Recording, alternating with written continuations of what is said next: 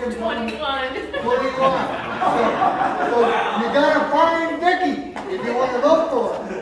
Vicky Hartzler, here she is.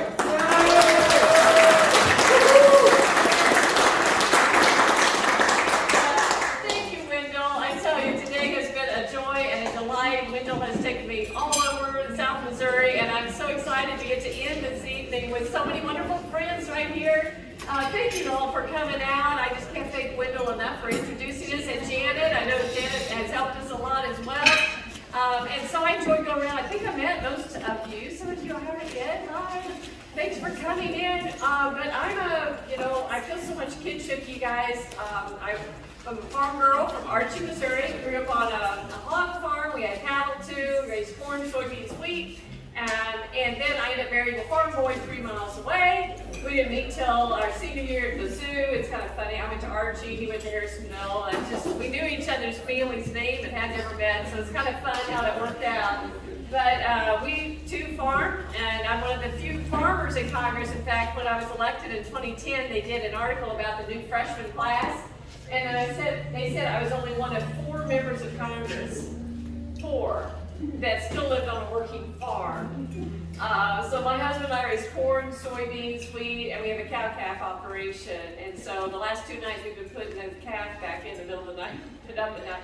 So those of you who are cattle can relate to all that. We just finished calving, but I just feel honored to serve on the House Agriculture Committee. And it does matter. There's not enough people in Congress that understand a rural way of life. We've written 2 different farm bills. And I just think it's really important for Missouri, for the next senator, to have someone with a rural background. I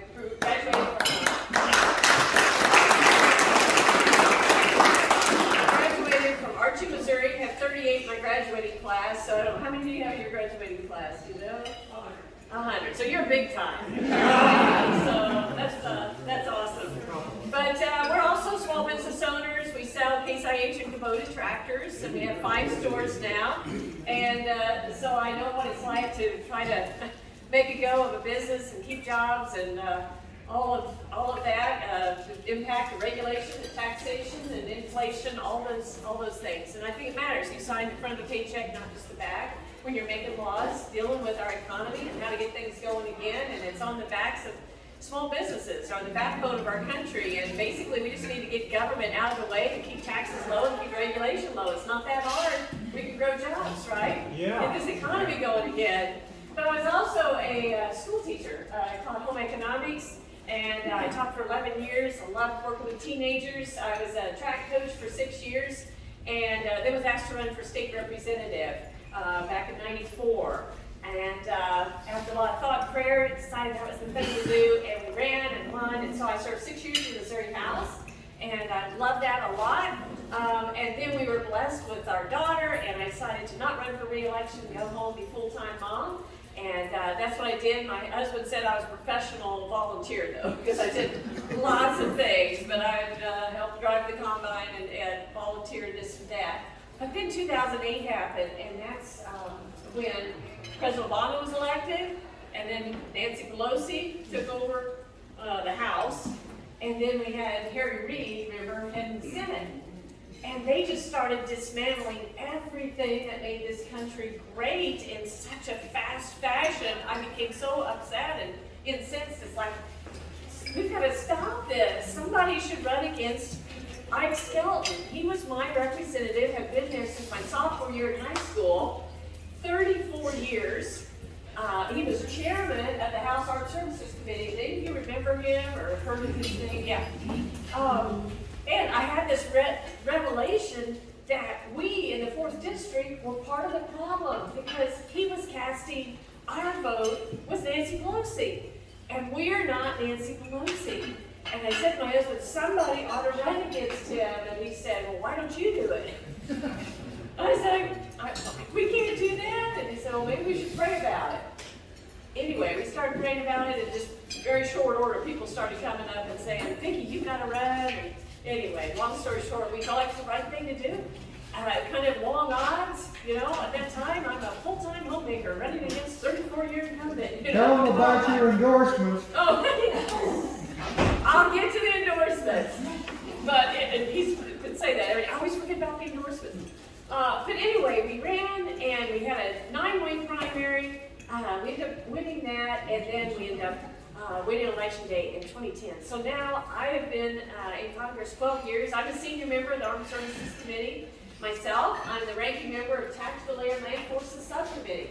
We oversee all the acquisition for the Army, the Air Force, the airplanes for the Marines, and the Navy. We have a Navy vet right here. Thank you for your service. We have any other veterans here tonight?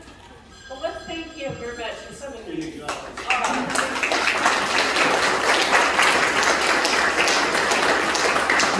I'm privileged to have Whiteman Air Force Base and Fort Leonard Wood in my district, but I work with all the military bases over Missouri. So I'm on the Ag Committee, and I'm chairman of the House Values Action Team, which that's over 100 members in Congress, and we work to advance faith, family, and freedom, and protect our foundational values. So I feel very honored to do that, and I'm running for the U.S. Senate, though, because Roy Blunt announced his retirement. People asked me to consider running, asked me to pray about it. My family and I did that, and we just really feel like we're at a crisis point in our nation, where we have an economic crisis with runaway inflation because of the rapid spending that's been coming out of Washington. We have a border crisis that's more or less an invasion. This summer they predict it could be 18,000 migrants a day coming across our borders. We have an energy crisis because they have shut down the Keystone Pipeline, and our president has a war on American energy, so our gas prices are going up. And we have a national security crisis because of the failed leadership in Afghanistan that has emboldened our enemies around the world. And so we have got to, near long, a moral crisis. I think we live in an upside-down world. You know, I am a teacher. I was a track coach for 6 years, and I got banned from Twitter because of my first ad. I said that women's sports should be for women, not men pretending to be women. And I believe it's true.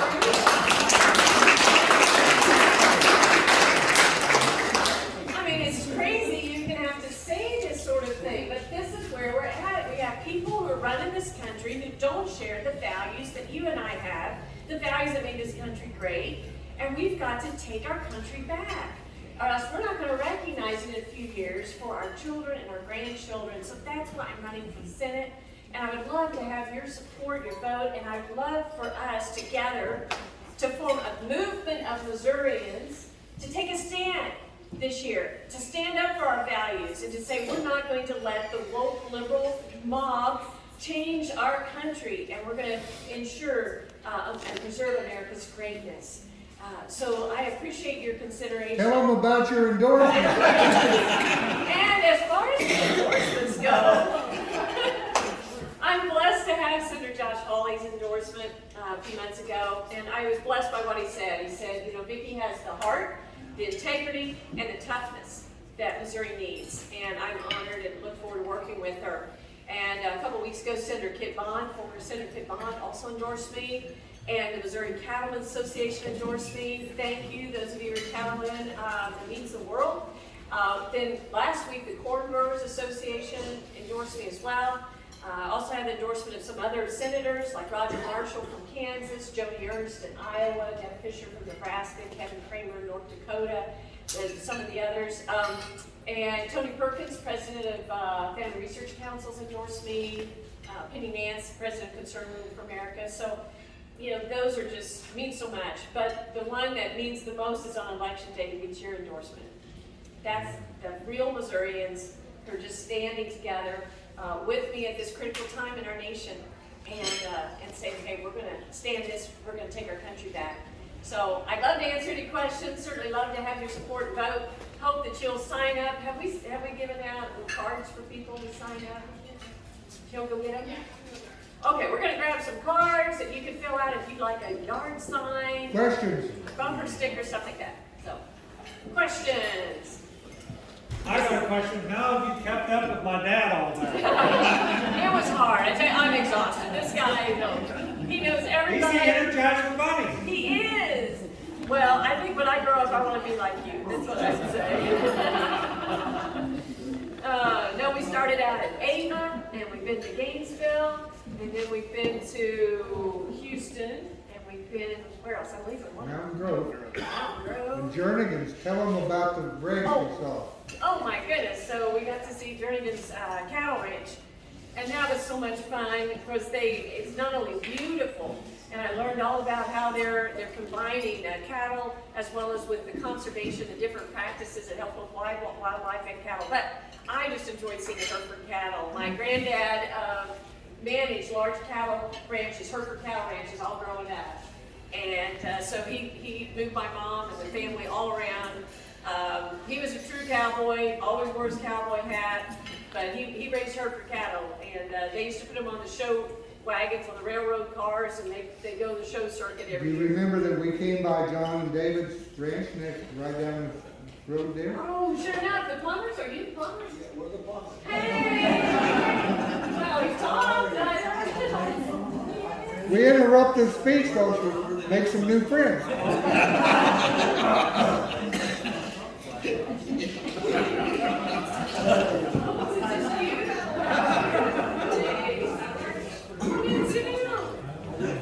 Okay. I have a question. Somebody has a question. I have a question. Yes, sir. Yes. I'm really troubled why Congress, the Senate, and every honest American isn't trying to get the 1/6 detainees out of the prison that they're held in. A year's gone by. Yeah. I was in the military. I'm sitting and I'm watching the very things that I was willing to serve and die for happen in America. And I'm distraught that I don't see the people that are supposed to represent all the people going in and getting those people sprung out of jail. They don't deserve what happened to them. And I'm a little emotional about it. I'm sorry. No. You know, what I've been trying to do is to get to the actual truth and the facts. I'm very concerned about the potential violation of our basic rights of these individuals. But there's a lot of things on the internet saying this or that. And so I've been looking and asking for and got a list of who was the people that arrested, who's been adjudicated, who hasn't, what they're doing. And I'm in communication with some of their lawyers, and I want to have my next step is to have a call with them, which my office has set up in a couple of weeks, to try to visit about some of these individual cases. Because from what I picked up, some of the information out there is true, that maybe they have been withheld too long, and then some of it is not true as well. And so I'm trying to sort through all of that reality. But bottom line, if somebody committed a crime, they need to be charged and followed, but they deserve all those basic rights.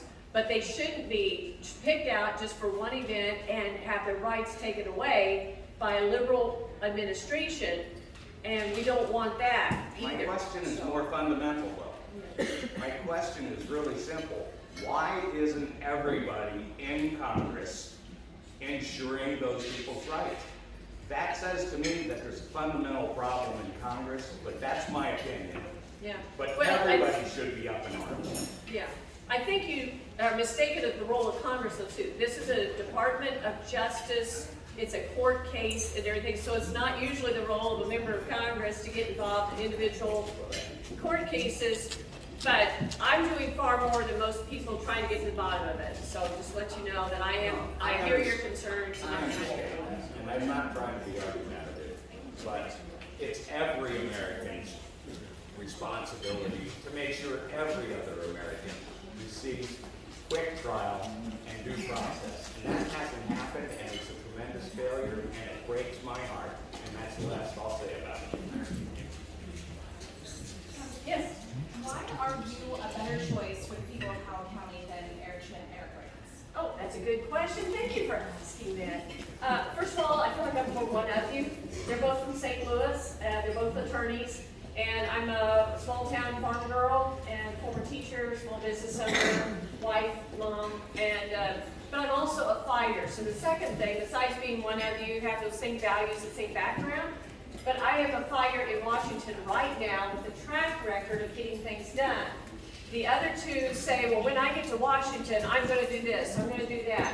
I've already been there doing it, working alongside President Trump over 95% of the time, more than anybody else running this race, to rebuild the military, to get our economy going, to secure the border, to stand strong for our values, promote pro-life and pro-Israel policy, and a strong foreign policy. So I already have the track record of doing things in Washington, but I'm also a lifelong conservative. Eric Greitens was a Democrat. He went to the Democratic National Convention when Obama was elected. And Eric Schmidt, when he was a state senator, was very moderate. People said, well, he's just like a Democrat. But, I mean, he filibustered port reform. He tried to turn the St. Louis airport into a China hub. Whereas I have been sanctioned by China because of my outspokenness against what they're doing with the human rights abuses. And I produced a 4-part video series on the threats from China as a member of the Armed Services Committee that you can see on my website, hartzler.house.gov. So I'm a lot more knowledgeable on a lot of these issues. I have a lot more experience. And I'm the true conservative that's actually got things done. I also have the key endorsements from several people that I think Powell County people respect, know, from Cattleman, corn growers, and Senator Hawley and mine. And tomorrow you're going to be at Thayer, Missouri, where the Highway 63 4-lane project and the publisher of the Houston newspaper just asked Vicky, and when I got in the truck she had her map out and was looking at Highway 63 4-lane projects. I think she's a worker. Amen. That's good. Yeah. What other questions do you have or comments?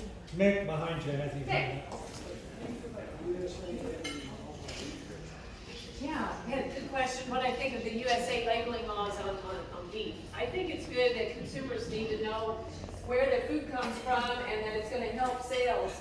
We ran into a problem with the origin of labeling issue a few years back because Brazil sued and we are in the World Trade Organization going to be fined several $1 billion.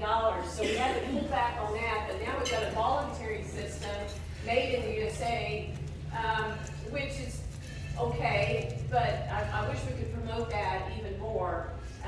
Figure out a way we can get more of those labels on there in voluntary fashion. But I think we need some clarity too for those labels, because you have some right now, the cattle shipped in from other countries and it may be just processed here, and then that counts as made in the USA. Well, it's not. I mean, I think it should be born here, raised here, you know, harvested. I know it's complicated. Yeah. Yeah. Right. Yes. Yeah, and I think there's a real opportunity for us, those of us who are cattlemen.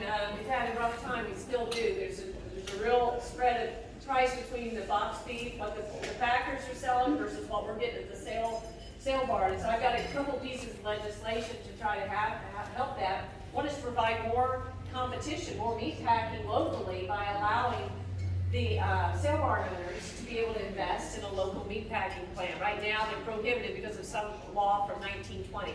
So I just introduced that. There was one last week in the House though, the Packers that I was at, and I grilled them and huh? Not really. I want to see the Department of Justice investigation though. They've been investigating for price collusion for 2 years now, and so that would be helpful to know if that happened. We got the contract library passed, that was part of my bill, so that the Packers have to reveal the type of deals that they're getting with other people, so maybe it'll leverage us. We can see, hey, this is a good deal, and would you give me that deal if I brought you a potload of steers, you know? So there's some things that we're doing to try to help the cattlemen, but I think, you know, one of those things we can do is have more competition and more transparency where our food comes from. Vicky, are you aware that Kenny Joplin's son flies an F-15 fighter for the National Guard in Louisiana? No, that's fabulous. I love the F-15. So our government quit buying them for several years. They were just going to a couple of places overseas. And I actually advocated and was successful a couple years ago to get our government to start buying them again, to replace out the ones right now that you got. Is he flying a C? Yes. Those are bad. Those are really old. Bill's mother. They're fine, Mom. No, we're buying some new ones though. I got them to buy new F-15s and Thank you. yes, so they're working on that. Boeing, I work with Boeing very closely. This year's budget, there should be another 24 more. The concern is though, they've only allocated in the president's budget to buy F-15s for 2 more years. This year, next year, then they're gonna quit. Whereas last year they said, no, we're gonna buy a whole bunch more. So that's a fight that I have as a TAL ranking member, trying to get more of those built. But they're great aircraft. Thank you, your son, for flying. And hopefully he'll get a new one now to replace the C. Here's hoping. Thank you very much. Yeah, you're welcome. Thank you. Now tell them what time you got up this morning and that you're sleeping at the Holiday Inn tonight in West Plains, and at 9 o'clock we'll be at Alton, Missouri at the high school. Yeah. And then Thayer at the No, I high had school. to get up at 4:30 this morning, which is just like a little bit more than an hour. I usually do it at 5:15, so it's not that big a deal. But because I was on Newsmax at 5:20 to 5:20, I was supposed to be on Newsmax to talk about what they did yesterday. Did you hear how that clerk leaked the potential Supreme Court decision? It's unprecedented, unbelievable, very disturbing that this happened. I like what potentially the outcome may be. I hope they do overturn Roe versus Wade. That was a bad decision.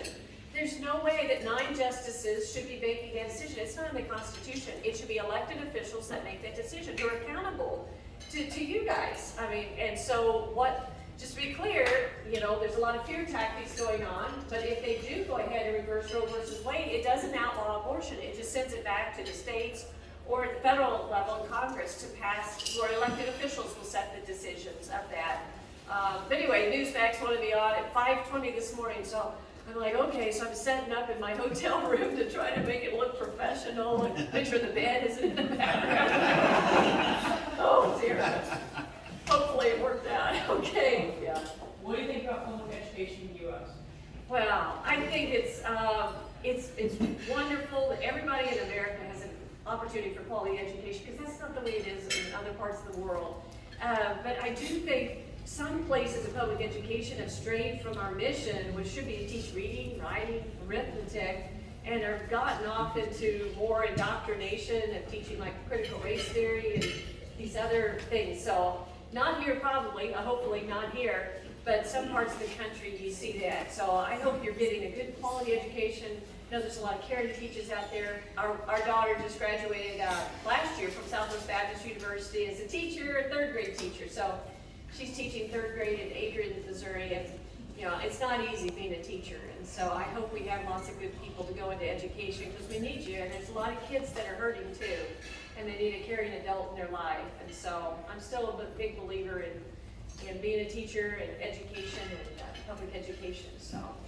We have one more busy day. We began at Alton and then Thayer, and then we come to the hospital, and then we go to your house out there for an agriculture meeting at 1:30, and then we're down with Carol Sylvie at SMS at 2:30, and then we'll be around the courthouse in West Plains to meet and greet with the elected officials. And that's tomorrow. Eat your supper, and we'll get you in bed here pretty soon. Okay. Thank you, Wendell.